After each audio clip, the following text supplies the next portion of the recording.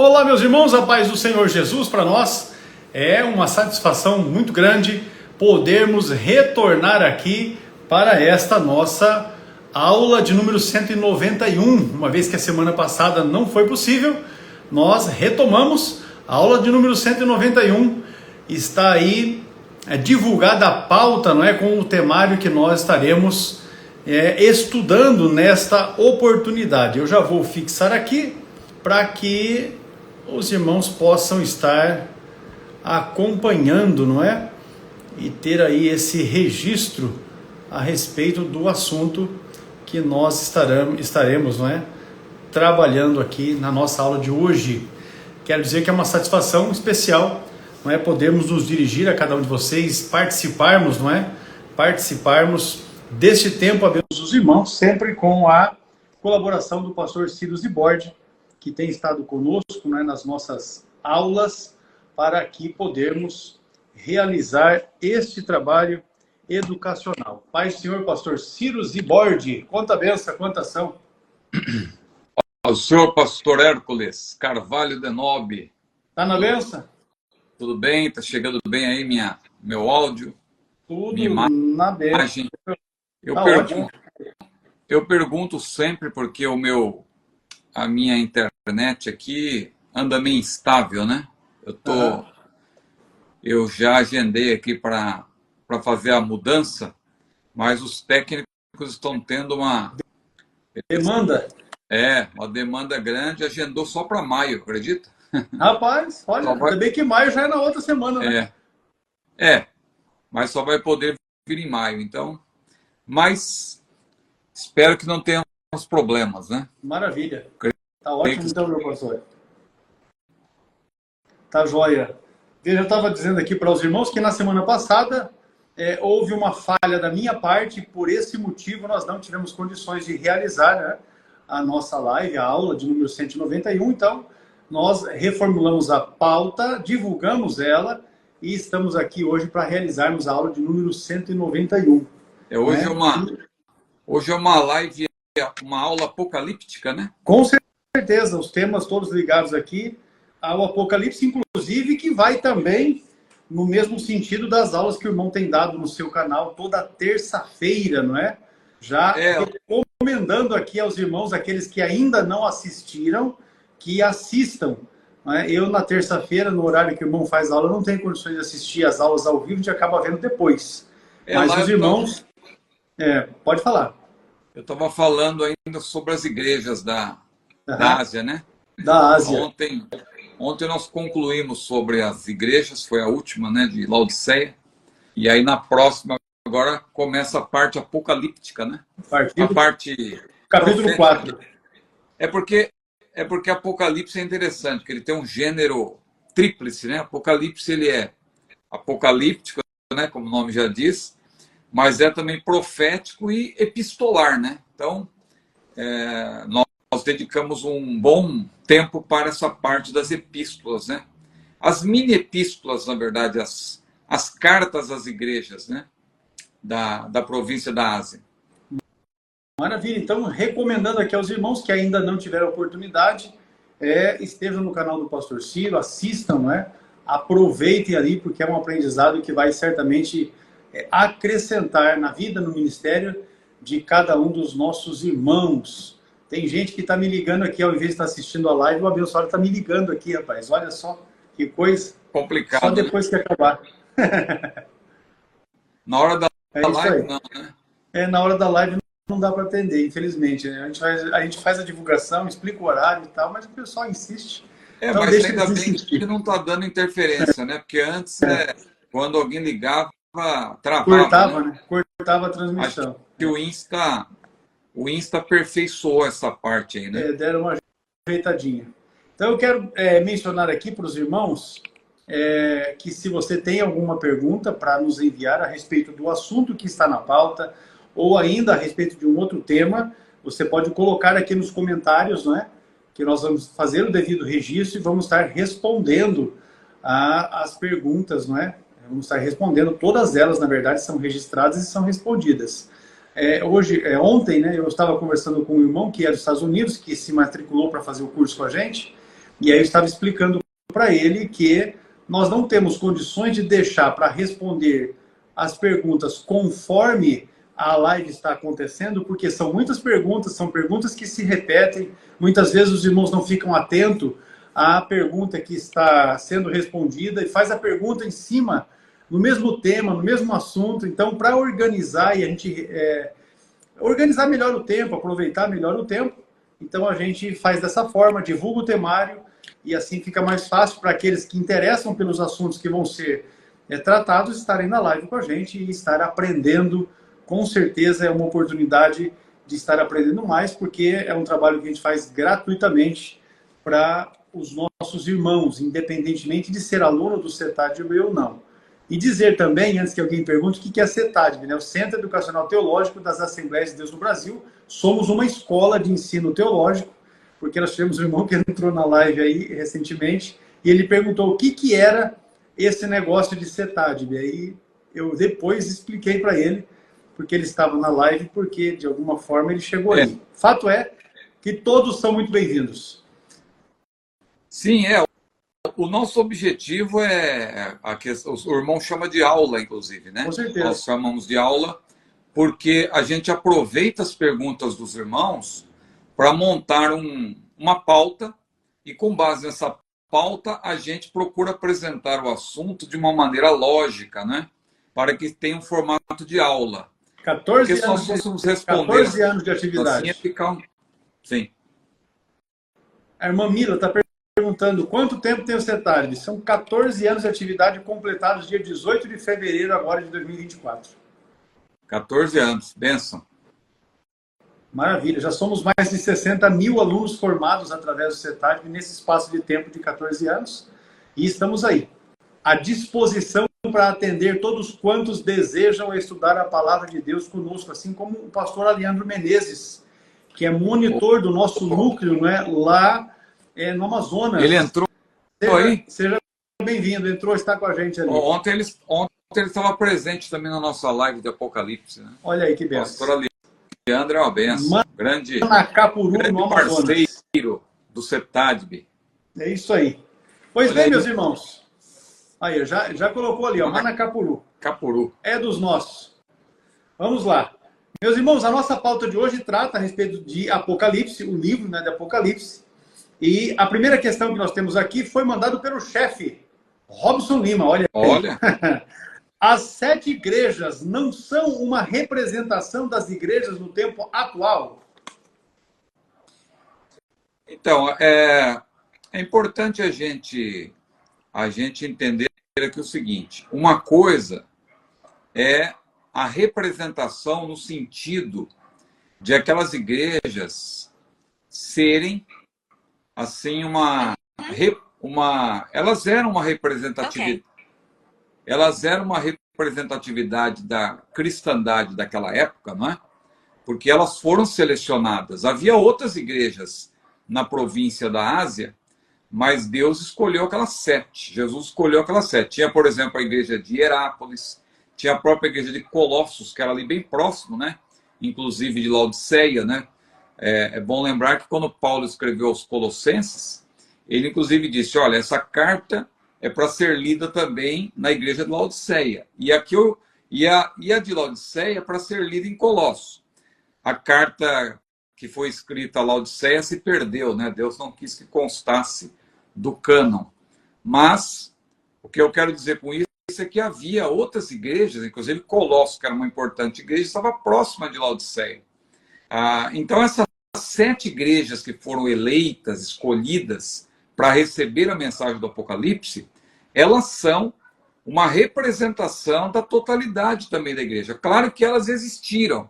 E por elas terem existido de fato, existem algumas especificidades que dizem respeito somente a elas. Por exemplo, havia na igreja, em algumas igrejas, havia a doutrina dos nicolaítas, a doutrina de Balaão. Eram doutrinas que eram conhecidas naquela época, não é? Então, há algumas especificidades que dizem respeito àquelas igrejas. Agora, existem também mensagens que foram dirigidas àquelas igrejas que são para toda a cristandade. Como, por exemplo, aquelas menções, né? Quem tem ouvidos ouça o que o Espírito diz às igrejas, ou ao que vencer, e aí vem a promessa, né? Eu concederei que se assente comigo no meu trono, aquele que vencer será vestido de vestes brancas e tal. Tudo isso, na verdade, não era só para uma igreja em específico. Está claro que é para toda a cristandade. Algumas outras promessas também têm as igrejas como destinatárias originais, mas se estende a toda a igreja como um todo. Por exemplo, aquela promessa para a igreja de Filadélfia: como guardaste a palavra da minha paciência, eu também te guardarei da hora da tentação que há de vir sobre todo o mundo. Claro que essa é uma promessa extensiva a toda a igreja, porque é uma referência ao período tribulacional, que vai atingir todo mundo. Essa tribulação global não ocorreu. O próprio Senhor Jesus fez menção dela, né? A grande tribulação, a grande aflição que há de vir, como nunca houve antes e nem depois haverá. Então é sobre isso que Jesus está falando à igreja de Filadélfia. Claro que aquela igreja também passou por tribulações naqueles dias, mas ela não passou por esse período tribulacional, porque ali Jesus dirigiu essa mensagem àquela igreja local como uma representante de toda a igreja. Agora, posto isto a questão de aquelas igrejas serem uma representatividade da igreja não quer dizer que cada uma delas representa um período da história eclesiástica. Isso aí já é uma aplicação, não é algo que você pode dizer que diz respeito ao sentido real do texto. Claro que alguns autores se valem disso. O próprio mestre Antônio Gilberto, eu até selecionei aqui um trecho do livro dele, Daniel e Apocalipse, que ele diz o seguinte, referindo-se àquelas 7 igrejas da Ásia. Ele diz que Jesus disse, né, para João: escreve as coisas que tens visto, as que são, e as que depois dessas hão de acontecer. Nós sabemos que as coisas que João tinha visto é aquilo que ele relata no capítulo 1. As coisas que depois dessas vão de acontecer é a partir do capítulo 4. Agora, as coisas que são era o presente para João, ou seja, é o que está nos capítulos 2 e 3, isto é, o que ele escreveu àquelas 7 igrejas da Ásia. Então, o mestre Antônio Gilberto, de saudosa memória, falando dessa ênfase às coisas que são, ele diz que elas correspondem, né? Elas contêm ali 7 mensagens ou cartas às 7 igrejas que existiam então na província romana da Ásia. Havia outras nessa província, até maiores, mas essas foram escolhidas para receberem mensagem do Senhor através de João, dirigidas às igrejas através de seus anjos, que eram representantes ou pastores. Então o mestre Antônio Gilberto deixa claro que aquelas igrejas, elas foram portadoras de uma mensagem que é assim para toda a igreja, excetuando-se, claro, as especificidades ligadas a cada uma delas. Outros autores, aí já eu acredito que eles vão um pouco além, quando eles asseveram que, por exemplo, Éfeso diz respeito ao período da igreja pós-apostólica e tal, Esmirna já é o período da perseguição imperial até o século III, e também Pérgamo simboliza a igreja unida ao Estado. Veja, é uma maneira de encaixar, né, de querer encaixar dentro da história, né, essas igrejas. Eu acho que é um pouco de exagero, é querer forçar a Bíblia a dizer o que ela não diz. Claro que há períodos da história, mas você associar essas 7 igrejas, eu acho que tem que fazer um exercício aí tem que fazer algum malabarismo, digamos assim, para poder encaixar, né, cada uma delas dentro do período da história. Então, como aplicação, eu até posso achar que é válido você dizer assim, olha, esse período é comparável, né? Agora, tudo bem. Agora, ser peremptório ou dogmático nesse sentido é exagerado. elas são, na verdade, elas foram eleitas para representar a cristandade. Isso sim, como portadoras da mensagem. Ou seja, o que elas receberam é a mensagem para a igreja, porque diz lá, quem tem ouvidos ouça o que o Espírito diz às igrejas. Então ali nós temos instruções para nós. Mas não é tudo que está ali que nós devemos aplicar a nós, porque há algumas, repito, algumas especificidades, há coisas que são exclusivamente destinadas àquelas igrejas. Bem locais, né? São questões bem Sim. locais ali. Muito bem. Está esclarecido essa questão aí para o chefe Robson Lima e todos os demais que tinham essa dúvida. Agora, o nosso irmão Ivanildo Queiroz pergunta o seguinte: a mulher que é levada para o deserto é Israel? Então, essa é uma passagem que poderíamos fazer uma live só sobre ela, porque tem muitos detalhes, mas eu vou tentar ser o mais objetivo possível. Eu iria até pedir a gentileza, se o irmão puder fazer isso, de ler este capítulo 12. São poucos versículos. Se o irmão puder ler esse capítulo 12, claro. Aí nós vamos fazer algumas observações aí com respeito a ele. Muito bem. A irmã Eliane, minha esposa, vice-diretora do CETARB, já ela vai aparecer aqui no estúdio. Estou desconfiado. Olha aí. Já. A irmã Eliane vai aparecer aqui. Você vai ver só. Que benção. É isso aí. Então vamos lá. Capítulo 12 de Apocalipse diz assim: E viu-se um grande sinal no céu, uma mulher vestida do sol, tendo a lua debaixo dos pés e uma coroa de 12 estrelas sobre a cabeça. E estava grávida e com dores de parto e gritava com ânsias de dar à luz. E viu-se outro sinal no céu, e eis que era um grande dragão vermelho que tinha 7 cabeças e 10 chifres, e sobre as cabeças 7 diademas. E a sua cauda levou após si a terça parte das estrelas do céu e lançou-as sobre a terra. E o dragão parou diante da mulher que havia de dar à luz, para que, dando ela à luz, lhe tragasse o filho. E deu à luz um filho, um varão, que há de reger todas as nações com vara de ferro, e o seu filho foi arrebatado para Deus e para o seu trono.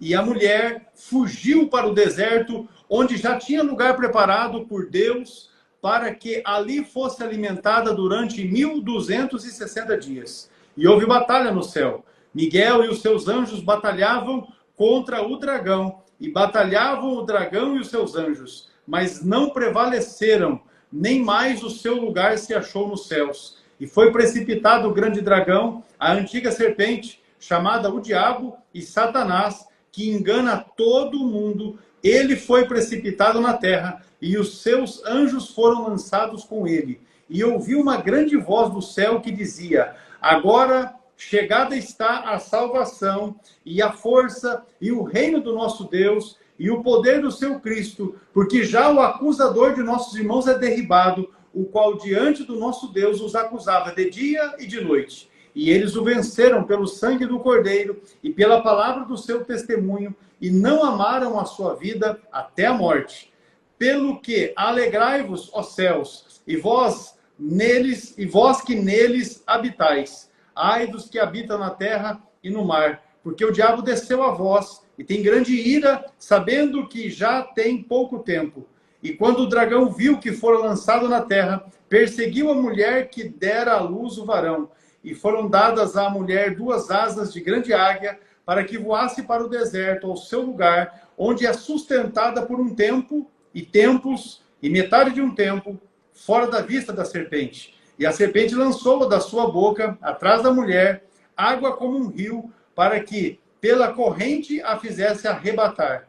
E a terra ajudou a mulher, e a terra abriu a boca e tragou o rio que o dragão lançara da sua boca. E o dragão irou-se contra a mulher, e foi fazer guerra ao resto da sua semente, e os que guardam os mandamentos de Deus, e têm o testemunho de Jesus Cristo. Então, veja, são muitos detalhes, mas eu pedi aí a gentileza do irmão fazer a leitura do capítulo todo, porque o texto ele é autoexplicativo. É interessante isso. As pessoas às vezes têm medo de estudar Apocalipse, mas tem algo importante em Apocalipse, que é o fato de, muitas vezes, um símbolo ser apresentado, uma figura, uma imagem pictórica ser apresentada, e logo em seguida ela vem ali a explicação. Dentro do próprio texto, às vezes no contexto imediato você já encontra. E às vezes você não encontra no contexto imediato, mas dentro do livro. Ou às vezes não está no livro, mas dentro da Bíblia você vai encontrar. O que é importante destacar aí, antes de definir quem é a mulher, que você tem aí nessa revelação que Deus deu a João, que nós podemos chamar também do profeta João, né? Às vezes a gente tem receio de falar profeta, porque parece que profeta é uma coisa que ficou lá no Antigo Testamento, mas no Novo Testamento tem profetas também. É interessante que lá em Efésios, Paulo falou do fundamento dos apóstolos e profetas. É interessante que ele não fala do fundamento dos profetas e apóstolos, como Pedro falou. Essa ordem não é por acaso. Pedro, lá na sua segunda carta, capítulo 3, quando ele fala dos profetas e apóstolos, ele está se referindo aos profetas do Antigo Testamento e aos apóstolos do Novo Testamento. Agora, quando Paulo, em Efésios 2, fala do fundamento dos apóstolos e profetas, essa ordem não é por acaso. É porque há também profetas no Novo Testamento. E não somente profetas no sentido do dom de profecia ou do ministério profético, mas profetas da escrita também, que é o caso de João. Porque observe que João, em nenhum livro dele, ele faz questão de dizer o seu nome. No Evangelho de João, nas cartas, ele não fala seu nome. Ele sempre se apresenta como aquele a quem Jesus amava e tal. Só que em Apocalipse, ele faz questão de dizer, eu, João, que também sou vosso irmão. Isso não é por acaso, é porque Apocalipse é um livro profético. E um livro profético, claro, o seu profeta tem que ser conhecido. Quem é o profeta no livro de João? É João. Claro que Jesus é o espírito da profecia, mas o profeta ali, que foi comissionado por Deus como portador da mensagem profética, é João. Então, não precisamos ter receio de dizer que João é profeta. Então, o profeta João, esse profeta neotestamentário, esse profeta do Novo Testamento, ele nos apresenta aí, nesse registro que Deus lhe revelou, nessa revelação parentética, esse parêntese que se abre, nós identificamos 3 personagens. O dragão, que o próprio texto diz, o irmão leu aí, não preciso nem explicar. A antiga serpente, Satanás, está definido. O dragão não precisa nem precisa gastar tempo para explicar que é o próprio diabo. Ele vai fazer guerra à mulher e o filho da mulher. O filho da mulher, pelas características, está claro que é Jesus, porque ele vai reger o mundo com vara de ferro. Alguns irmãos, claro, de outras tradições, dizem que esse menino não é Jesus, esse menino é a igreja e tal, e começam a querer criar algumas teorias, mas está evidente no texto que o menino é Jesus. O menino é Jesus. Agora, se o menino é Jesus, ele vai reger o mundo com vara de ferro, quem é a mulher? Vamos objetivamente agora, porque senão eu vou devagar aqui sobre os vários pontos que tem nesse texto. Isso aí dá pano para manga, né? Por exemplo, na minha série lá que eu estou apresentando, eu estou prevendo uma aula lá de pelo menos 1h30, 2 horas, para falar sobre esse capítulo 12. Porque eu vou falar de todos os detalhes. Aqui só sobre a mulher, então veja, 3 posições são defendidas. Claro que a Bíblia não pode... Então veja, existem 3 posições com respeito à mulher. Então, só para resumir, o diabo é Satanás. O menino é Jesus, que nasce da mulher. Ora, se o menino nasce da mulher, então a mulher, claro, os romanistas, eles vão logo dizer, é Maria. Essa mulher é Maria. Mas temos que lembrar que isso aqui é uma revelação pictórica. Não é um relato da história, como ela aconteceu. Tanto que menciona que o arrebatamento do menino, ora, Jesus não foi assunto aos céus logo assim que ele nasceu. Quando diz que ele foi arrebatado, claro, está implícito, está embutido aí, não é? O seu nascimento, a sua vida na terra, a sua morte, a sua ressurreição, até a sua ascensão, porque ele não foi assunto aos céus ainda criança. Então, claro que diz aí que o filho foi tragado, assim que nasceu, já foi tragado e arrebatado. E também arrebatamento aí não é no sentido técnico de arrebatamento, é bom que se diga isso. Eu já tenho visto alguns irmãos defendendo que Jesus foi arrebatado. E como ele foi arrebatado à vista de todos, e por isso que não existe, para querer se contrapor à posição que nós defendemos do arrebatamento secreto, né? Mas a igreja, veja, Jesus não foi arrebatado a rigor. Jesus foi assunto aos céus. Por isso que foi lento, foi gradual, foi aos poucos. Os discípulos viram Jesus subindo, porque arrebatamento é um rapto, não é? É algo rápido, violento até. É a retirada, é a tomada de alguém, é um livramento. É como se alguém estivesse assim, a ponto, está vindo um trem assim, a pessoa está na linha do trem, o trem está vindo na direção da pessoa, alguém pula na linha do trem, tira a pessoa para que ela não seja atropelada pelo trem. Isso é um arrebatamento. Não é você pular lá, esperar o trem chegar, e o trem vem bem devagar, aí você tira, dá tchau para o trem, para as pessoas, e vai andando pela linha do trem para todos verem. Não, isso não é rápido. Isso não é arrebatamento. Arrebatamento é você tirar, não é? Então é isso que vai acontecer com a igreja. Por isso que é algo assim que é chamado muitas vezes de arrebatamento secreto, porque será imperceptível no sentido de que o mundo não vai saber o que está acontecendo. Claro, uma pessoa pode ver o crente desaparecer, mas não vai saber do que se trata exatamente. Não vai ver, não vai presenciar o encontro. Bom, não é esse o assunto. Eu vou acabar abrindo um parênteses aqui que eu não quero, né? Mas veja, a mulher, então, há 3 posições, como eu ia dizer. Os romanistas, claro, eles dizem que a mulher é Maria, porque se o menino é Jesus, e eles concordam conosco nesse sentido que o menino é Jesus, a criança é Jesus, mas aí eles falam que é Maria, ignorando que é uma representação pictórica, é uma passagem que apresenta uma verdade, mas por meio de símbolos. Então, essa mulher aí não é uma mulher literalmente falando, ela representa. Esse menino também, ele representa Jesus, mas Jesus não somente como menino. Ele é um menino aí que nasce da mulher, mas ele representa, na verdade, a encarnação, a vida, a morte, a ressurreição, até a ascensão de Jesus. Veja, então tem um longo período aí da vida de Jesus. Não é só o menino Jesus. E o dragão, que representa Satanás. Então veja, essa mulher não pode ser Maria, porque se menciona aí o fato de que a mulher vai ser levada para o deserto, onde será sustentada por 1.260 dias, que vem a ser 3 anos e meio, ou 42 meses, que nós sabemos que é a segunda metade do período tribulacional. Onde na Bíblia consta que aconteceu isso com Maria, a mãe de Jesus. Maria foi levada lá para o deserto para ficar 3 anos e meio, né? Isso não tem na Bíblia, isso aí seria querer forçar a Bíblia, aí que alguém vai tentar, não, é quando foi lá para o Egito, mas veja, é querer forçar a Bíblia a dizer o que não diz. Vai colar, não. Já os aliancistas, é outro grupo, os aliancistas afirmam que a mulher é a igreja.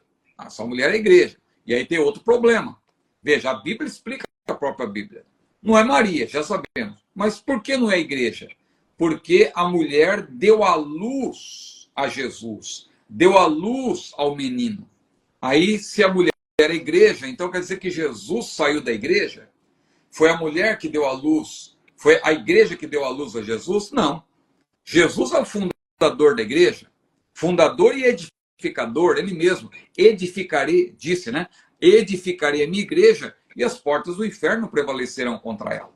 Então, a igreja não pode ser essa mulher. Bom, se a mulher não é Maria, se a mulher não é igreja, essa mulher, pelo texto bíblico, porque a Bíblia é clara, a Bíblia explica a própria Bíblia, só pode ser Israel.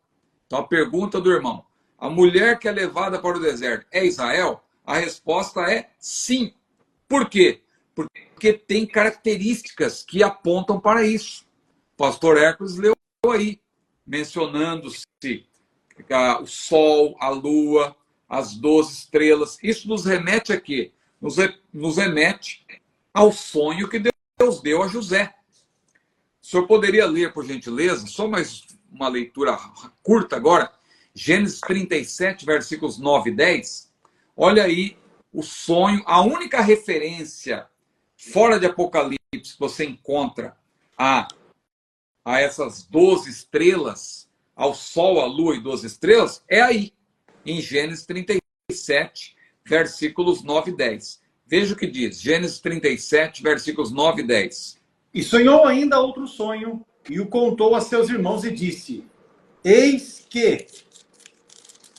Vamos virar aqui. Ainda sonhei um sonho, e eis que o sol e a lua e 11 estrelas se inclinavam a mim.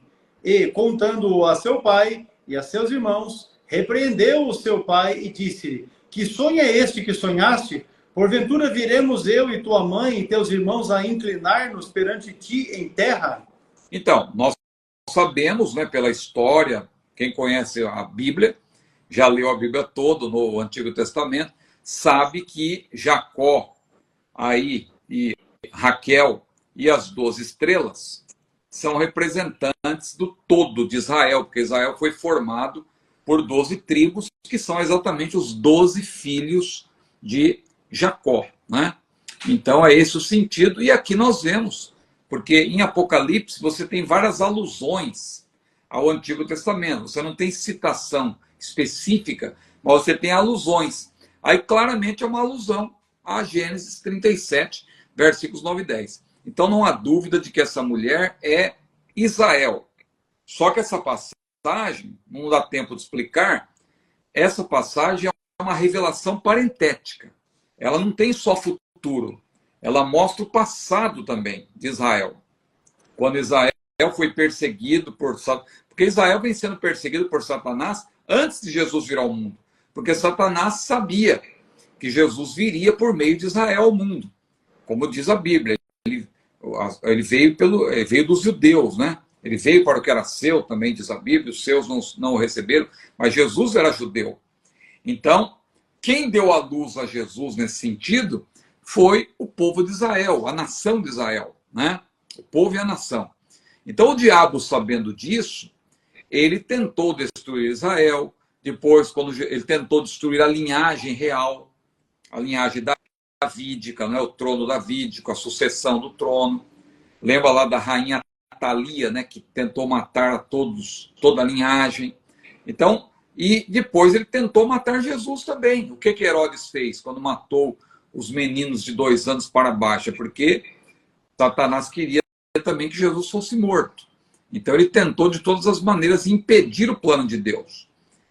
Então, aí você tem o sentido, você percebe o sentido de que o diabo tentou tragar Israel, destruir Israel, e depois tragar o menino que nasceu de Israel. E quando o menino completou a sua obra, o menino, no caso, quando Jesus completou a sua obra, tendo nascido, crescido, vivido, morrido, tendo ressuscitado e tendo sido assunto aos céus, ou seja, completada a obra que o Pai lhe deu, o que o diabo faz? Ele se volta contra Israel.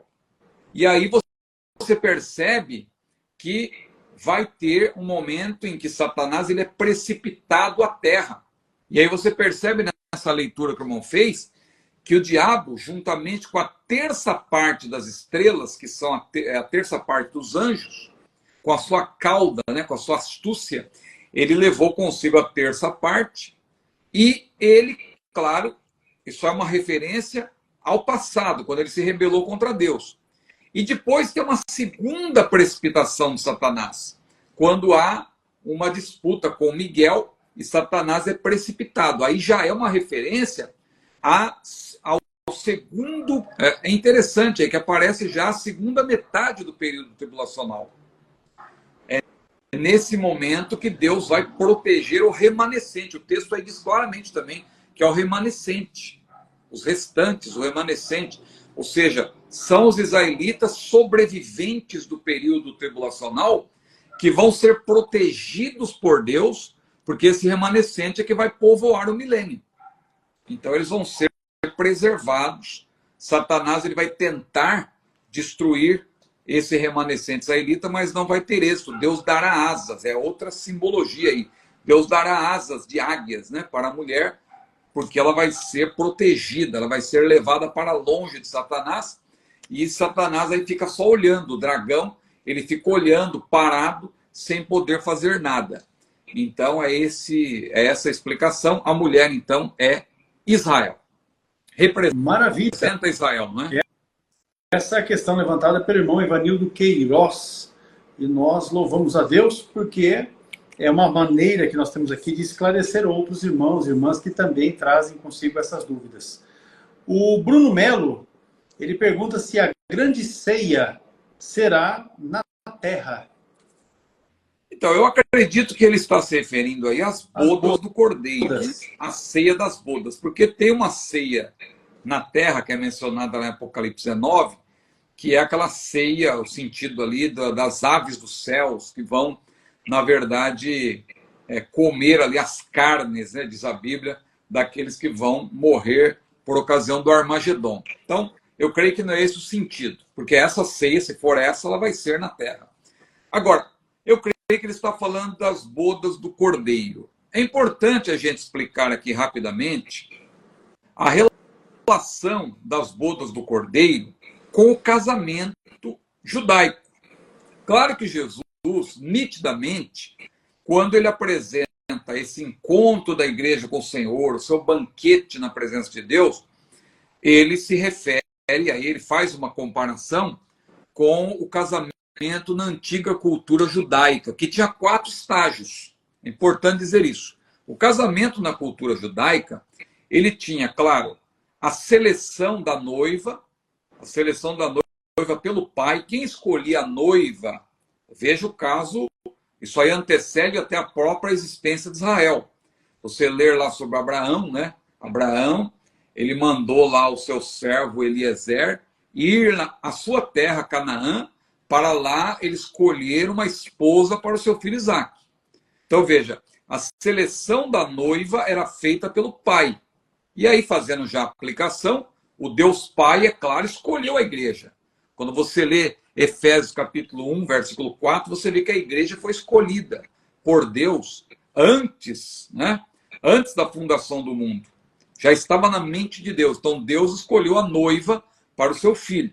Depois dessa seleção da noiva pelo pai do noivo, ocorre o noivado.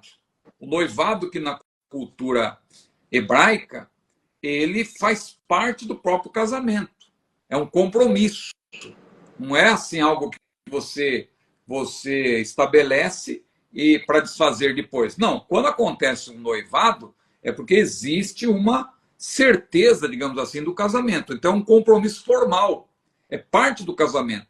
Hoje, no caso, os salvos, eles são a noiva. Nós somos a noiva do Cordeiro. Por quê? Porque já existe a certeza de que haverá o casamento. Só que a noiva, ela é formada por todos os salvos de todas as épocas. Não é somente pelos salvos de hoje. São salvos de todas as épocas. E isso é o que eu vou defender aqui, é a nossa posição, inclui também os santos do Antigo Testamento, que eles não formaram parte da era da igreja, que começou no dia de Pentecostes, mas eles foram salvos por antecipação. Eles são mortos em Cristo. Há irmãos, eu vou explicar aqui, que tem um outro pensamento, mesmo pré-tribulacionistas, mas eles têm um outro pensamento. Mas vamos devagar. Então, quais são as fases do casamento? Primeiro, o noivado. Ou melhor, primeira seleção da noiva pelo pai do noivo. Segundo, o noivado, que é quando os noivos assumem o compromisso de que eles vão casar. O noivado já faz parte propriamente do casamento, mas não é a união ainda conjugal. Uma terceira etapa é a apresentação, porque o casal, naquela época, ele se unia, né? O marido se unia à mulher como noivo, e é interessante que, pela tradição, ele vinha à casa da noiva e lhe era apresentado pelo pai da noiva. A parábola das 10 virgens mostra isso, nesse sentido, né? Claro que a parábola das 10 virgens não devemos confundir alguém, por conta disso, fala, isso aí é para Israel. Não. A parábola das 10 virgens, ela tem um propósito. O propósito é vigilância, falar de vigilância e iminência. Jesus se vale da analogia do casamento, mas ele fala de vigilância e iminência. Mas ela lança a luz também sobre essa questão de que quando o casal se unia, veja que o marido e a mulher eles se uniam quando o noivo vinha, ele vinha à casa da noiva, veja, quando ali as 10 virgens, elas ouvem, aí vem o noivo, saíram ao encontro. Por quê? O noivo, ele tinha que visitar a casa da noiva. Então, essa era a apresentação. Então, isso aí tem a ver claramente com o arrebatamento. Porque no arrebatamento, o que acontece? O noivo, ele vem buscar a noiva, né?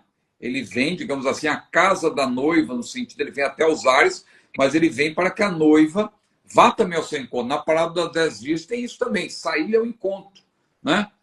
E aí vem a parte final do casamento, que é o banquete. As bodas propriamente, quando tem a união, e segue-se a festa do casamento. É aqui que nós vamos ter uma divergência entre os pré-tribulacionistas. Por quê? Para nós, da Assembleia de Deus, tanto as bodas, o casamento propriamente dito, como a festa ou a ceia das bodas vão acontecer no céu.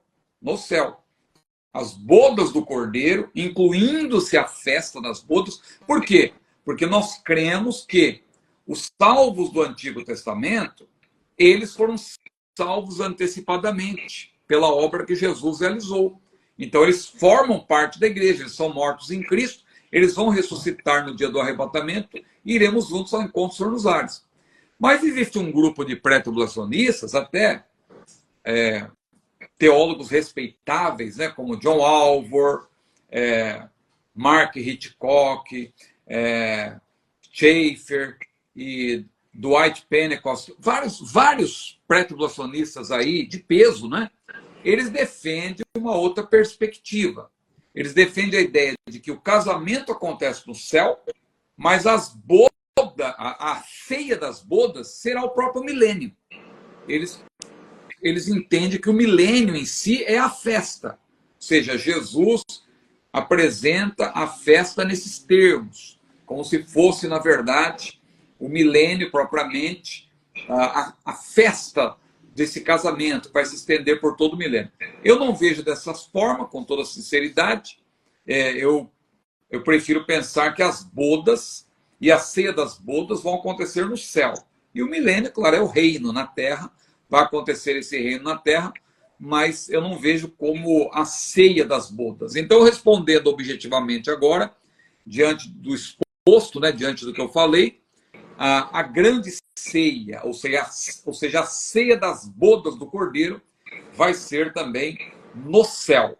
As bodas do Cordeiro como um todo, incluindo-se o casamento e a própria ceia dessas bodas, ambas ocorrerão no céu. Maravilha.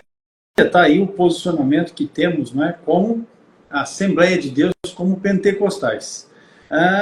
Olha só, o vereador Simon, ele está perguntando quem são as duas testemunhas do Apocalipse.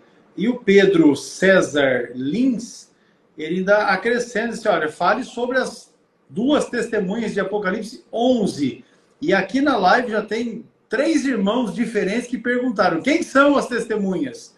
Vamos lá, pastor Ciro, com a palavra. Quem são as testemunhas de Apocalipse 11? Hoje eu tô abusando da boa vontade do irmão. Eu vou pedir a gentileza do irmão ler aí o capítulo 11 de Apocalipse, por gentileza. Mas não precisa ler todo o capítulo. Deixa eu só verificar aqui rapidamente os versículos. Do verso 3? Não, pode ler a partir do versículo 1º, mas não precisa ler até o final. É só até o versículo... Pode ser até o versículo 12. Até o 12. Tá, joia. Diz assim o texto. Do 1 ao 12, por gentileza. Apocalipse 11, do 1 ao 12. Maravilha.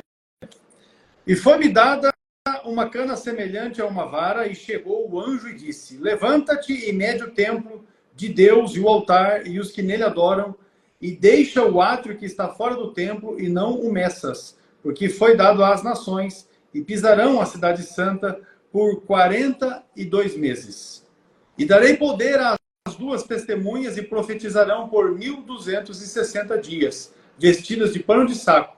Estas são as duas oliveiras e os dois castiçais que estão diante de Deus, do Deus da terra. E se alguém lhes quiser fazer mal, fogo sairá da sua boca e devorará os seus inimigos. E se alguém lhes quiser fazer mal, importa que assim seja morto. Estas têm poder para fechar o céu, para que não chova nos dias da sua profecia, e têm poder sobre as águas para convertê-las em sangue, e para ferir a terra com toda sorte de pragas, quantas vezes quiserem. E quando acabarem o seu testemunho, a besta que sobe do abismo lhes fará guerra, e as vencerá e as matará. E jazerá o seu corpo morto na praça da grande cidade, que espiritualmente se chama Sodoma e Egito, onde o seu Senhor também foi crucificado.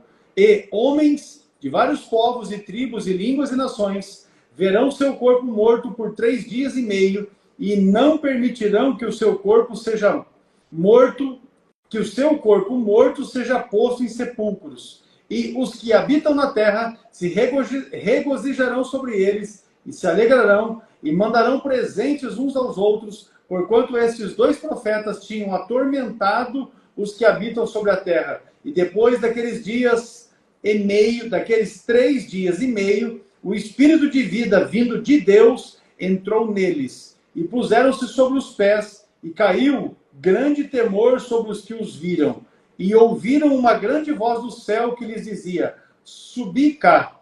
E subiram ao céu em uma nuvem, e os seus inimigos os viram. Então, pastor Ecos, eu pedi para o senhor ler o texto porque eu quero aqui só fazer alguns apontamentos, que eu penso que esse texto também é um texto autoexplicativo, né? A gente já respondeu essa pergunta aqui em outras ocasiões, Com certeza. Falando das várias suposições, né? Os preteristas, por exemplo, que dizem que é Paulo e Pedro, porque eles querem colocar isso aí como algo já realizado, né? Defendem uma escatologia realizada. Então, tem aqueles também que defendem que, na verdade, é o Antigo e o Novo Testamento. Aí tem as outras suposições um pouco mais plausíveis, né? Elias e Enoque, porque eles não passaram pela morte. Outros vão dizer que é Elias e Moisés e tal, porque eles apareceram na transfiguração, representando a lei e os profetas e tal. Bom, o que o texto diz? É importante dizer, o senhor leu aí, uma coisa importante a se destacar, logo no primeiro versículo, é que se menciona o templo de Deus. Veja que os preteristas, eles têm uma grande dificuldade, né? Aqueles que colocam o futuro no passado, porque aí se menciona o templo de Deus, e nós sabemos que Apocalipse, a maioria dos eruditos reconhece que Apocalipse foi escrito no ano 95, por volta do ano 95. Se o templo foi destruído no ano 70, não tem sentido você acreditar que esse templo aí é uma referência ao templo do passado, é uma referência ao futuro. Então isso já prova que a profecia que está em Mateus 24:15, segundo aos Tessalonicenses 2, Apocalipse 13, e também aí no capítulo 11, é uma profecia que vai se cumprir. Haverá um terceiro templo, por assim dizer, que é o templo do período tribulacional, né? Nós sabemos que haverá um terceiro templo e, pela descrição de Ezequiel, possivelmente haverá um quarto templo também, porque as dimensões daquele templo de Ezequiel são completamente diferentes. Então, é melhor acreditar que vai haver um novo templo, um quarto templo ainda, e não um terceiro templo remodelado, né? Pode até ser, mas vai ter que haver uma reforma completa e não sei se vai dar para aproveitar alguma coisa, porque o templo lá de Salomão, a menos que o terceiro templo já seja mais ou menos construído com base em Ezequiel. Se o templo for construído com base em Ezequiel, aí já poderíamos dizer que... Mas há uma grande possibilidade também de esse terceiro templo ser destruído no próprio período tribulacional. E aí vamos ter que ter um quarto templo de alguma maneira. Mas então aí a primeira coisa a se destacar é isso, o templo.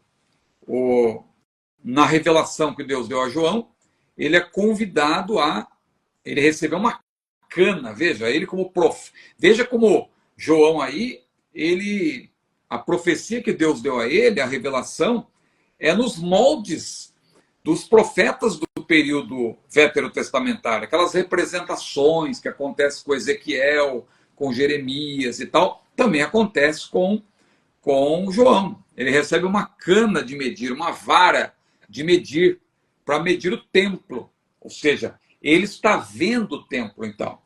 Ele está tendo uma experiência pela qual ele está vendo o templo. E aí menciona-se que a cidade santa, onde está o templo, ali haverá uma perseguição por parte dos gentios. Ou seja, o versículo 2 diz: e deixa o átrio que está fora do templo, e não o meças, porque foi dado às nações, e pisarão a cidade santa por 42 meses. Isso aqui, claramente, é uma referência ao segundo período, a segunda metade do período tribulacional. Porque é quando o anticristo, que firmará um acordo com muitos por uma semana, ele vai romper esse acordo, de acordo com a profecia de Daniel 9, 24 a 27. Então, aqui, claramente, é uma referência à segunda metade. E aí vem a pergunta: as testemunhas elas vão profetizar na primeira ou na segunda metade? Eu penso que elas já vão estar em ação a partir da primeira metade, mas é na segunda metade que vai se cumprir isso que está aqui, né? O versículo 3: e darei poder às minhas duas testemunhas e profetizarão por 1260 dias. Então aqui é a segunda metade do período tribulacional. Elas, claro, vão estar profetizando já antes, mas é nessa segunda metade que elas vão receber um poder especial, uma capacitação especial para desempenhar essa oposição ao anticristo. Porque o anticristo fará guerra aos santos a partir desse momento. Ele vai se voltar contra Israel, ele vai se voltar contra os convertidos desse período, ele fará guerra aos santos. Então, as duas testemunhas, durante um tempo, durante esse período aí, elas vão receber poder para resistir. Só que vai chegar uma hora, elas vão profetizar por 1260 dias, vestida de saco, mas vai chegar uma hora que elas vão ser mortas. Deus vai permitir que elas sejam mortas, né? E aí é interessante que no versículo 4 há uma referência às duas oliveiras e os dois castiçais. Isso é uma alusão ao Antigo Testamento, ao livro de Zacarias. Há duas testemunhas reais que existiram. Então, isso aqui já deixa claro que essas duas testemunhas elas vão ser pessoas reais.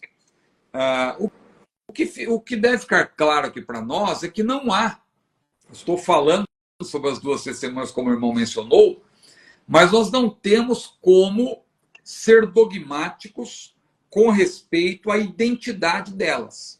Há suposições, mas eu penso, e a maioria dos pré-tribulacionistas que hoje está estudando essa profecia com seriedade, na atualidade, o próprio Mark Hitchcock e vários teólogos da atualidade, Paul Benoit, aqueles teólogos ligados lá ao Dallas, né, Dallas Theological Seminary, que são importantes estudiosos do pré-tribulacionismo, eles já não estão indo mais nessa vertente, nessa linha de que é Enoque Elias, não, eles estão acreditando, e é assim que eu penso também, que são duas testemunhas que Deus vai levantar dentro do próprio período.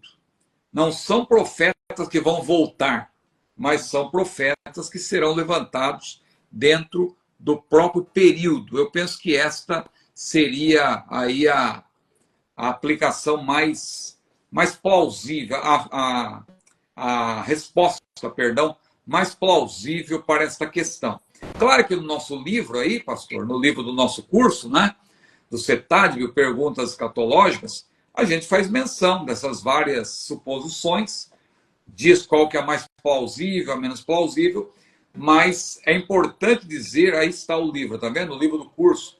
É importante dizer que a Bíblia não diz quem são as duas testemunhas. Se alguém disser isso, está indo além do que está escrito. Se alguém disser, não, a Bíblia diz que serão Enoque e Elias, não embarque nessa canoa furada, porque a Bíblia não diz. Agora, está aí o curso. Se você quiser se aprofundar, tem maiores detalhes quando nós respondemos esta entre 101 perguntas escatológicas que respondemos nesse curso. Um curso em formato de perguntas. Você já fez um curso assim? É interessante, né? Há vários cursos aí no mercado de escatologia, mas um curso no formato de perguntas e respostas é algo inovador, né? Porque te dirige aí a responder, né? A ter a resposta das principais questões escatológicas. Maravilha. Então, se você deseja adquirir esse curso de escatologia, inclusive ele está na promoção, tem R$ 30 de desconto, não é? Para aqueles que quiserem adquirir, tire um print agora da tela, porque aí no comentário está fixado o meu WhatsApp pessoal. Você vai poder falar comigo e a gente vai orientar a respeito de como adquirir o curso. Se não, você vai ter o site, tem o WhatsApp da secretaria da escola, que só funciona em horário comercial. Tem todos os nossos contatos para que você consiga adquirir o curso de escatologia, esse material elaborado pelo pastor Ciro Sanches Iborde, que, através de 101 perguntas, e obviamente por meio de suas respostas, explica todo o plano escatológico que é ensinado na nossa Assembleia de Deus. Voltando aqui, ó, tire o print, aqui estão os nossos contatos, e aí nós vamos poder conversar a respeito não só do curso de perguntas escatológicas, mas sobre qualquer outro curso que a escola fornece. Muito bem, retomamos aqui. Meu pastor, vamos para essa última questão, e aí nós vamos encerrar a nossa aula de hoje. E a questão é levantada pela Keila Nunes é essa. É possível saber com certeza o que é simbólico e o que é literal em Apocalipse? É possível, porque, na verdade, os símbolos empregados em Apocalipse se referem ao que é literal, né?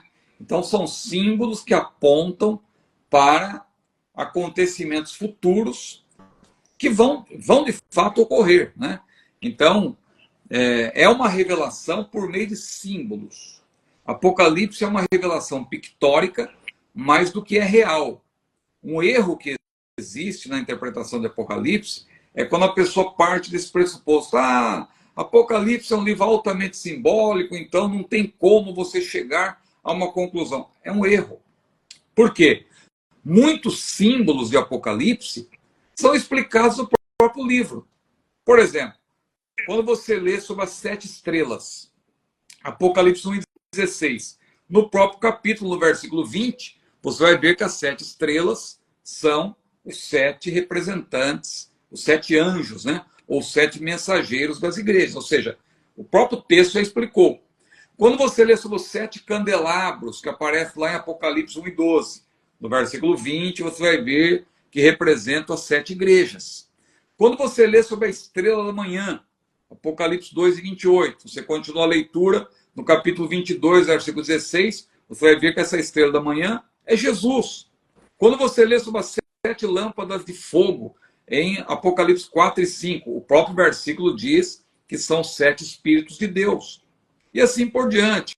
Quando você lê sobre o incenso, Apocalipse 5:8, lá está dito, é a oração dos santos. Então olha como o próprio livro de Apocalipse, ele explica muitas vezes o que é o símbolo. E quando essa explicação não está no próprio contexto imediato, você vê ao longo da própria Bíblia, o texto sagrado, você vai encontrar. Agora, o que nós não podemos, concluindo aqui rapidamente, é fazer com que esses símbolos signifiquem o que queremos que eles signifiquem. É o problema da interpretação dos irmãos amilenistas, né? Eles não creem no milênio literal, então eles querem que os 1000 anos representem o que eles querem. E eles não deixam a Bíblia ter autoridade nesse sentido, porque o texto, o seu sentido é determinado pelo próprio contexto. Se o contexto não diz claramente, eu também não tenho permissão para espiritualizar o que é literal, né? Então, não podemos fazer com que esse símbolo significa o que queremos que ele signifique, e nenhum intérprete tem a liberdade de fazer com que um símbolo signifique o que ele quiser, né? Então é isso que é importante. Agora, respondendo objetivamente, é possível saber o que cada representação simbólica, cada representação pictórica está para o que ela aponta, né? Então, Jesus vindo montado num cavalo branco. Claro que ele não vai vir literalmente montado num cavalo branco, mas isso fala da sua vinda triunfante. Ele vem de fato, ele virá de fato.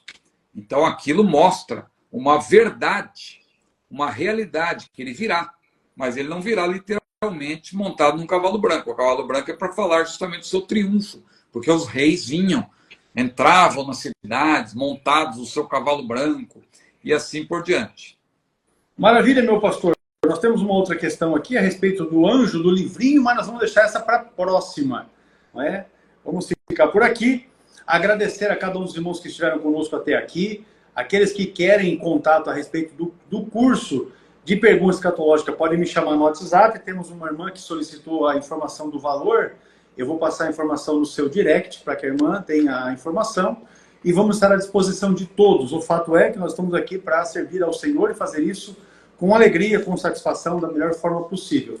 Aos maranhenses e goianos que se apresentaram fazendo questão, não é, de anunciar, como agora, o pastor Tocha Acesa já está dizendo, sou de Tocantins. Maravilha! Deus abençoe cada um de vocês. Pastor Ciro, as suas considerações finais. Eu quero agradecer pelo privilégio de poder participar dessa aula de número 191 e que Deus continue abençoando, né, os nossos queridos alunos espalhados pelo Brasil, pelo mundo, nossos professores do CETADB. E amém. Quando Deus me abrir uma porta, eu vou sim a Tocantins, viu? Deus abençoe. Então, pastor Ecos, é um prazer e que Deus abençoe o irmão, a irmã Eliane, toda a nossa equipe, nosso pastor Acioli, continuamos orando por ele. Creio que Deus está dando graça para ele se recuperar aí da cirurgia que fez, né? Inclusive saiu um artigo dele na Obreiro, uma entrevista dele, né, na Obreiro, estava lendo hoje, muito boa. E transmita aí, por gentileza, pastor Ecos, porque parece que o contato dele mudou também no WhatsApp, né? O contato continua o mesmo, ele só não está respondendo. Não, tudo bem. É que eu vi uma outra foto lá, eu pensei que... Não sei se o contato dele ainda é o mesmo, assim, só não está regulando ele para não ficar muito tempo ali no celular. Não, é verdade, também não... Eu entendo isso aí, mas é que eu estava até olhando, eu vi a foto, uma foto diferente, não sei se é um celular que ele passou para alguém, isso às vezes acontece, né? Aí... Não, mas o telefone dele, pessoal, continua sendo o final 8485. Maravilha, muito bom. Então, Deus abençoe, um prazer participar aqui desta aula. Maravilha, os nossos irmãos de Feira de Santana, na Bahia, o Rafael, seja bem-vindo, Deus abençoe. Também se apresentou aqui lá de Rocha, no Pernambuco. Pastor Rogério, Deus abençoe. Todos os irmãos, para nós é uma satisfação poder estar com vocês aqui nesta horinha. Né? Toda quarta-feira, às 22 horas, salvo alguma exceção. Não é? Salvo alguma exceção, que a gente sempre comunica, não é?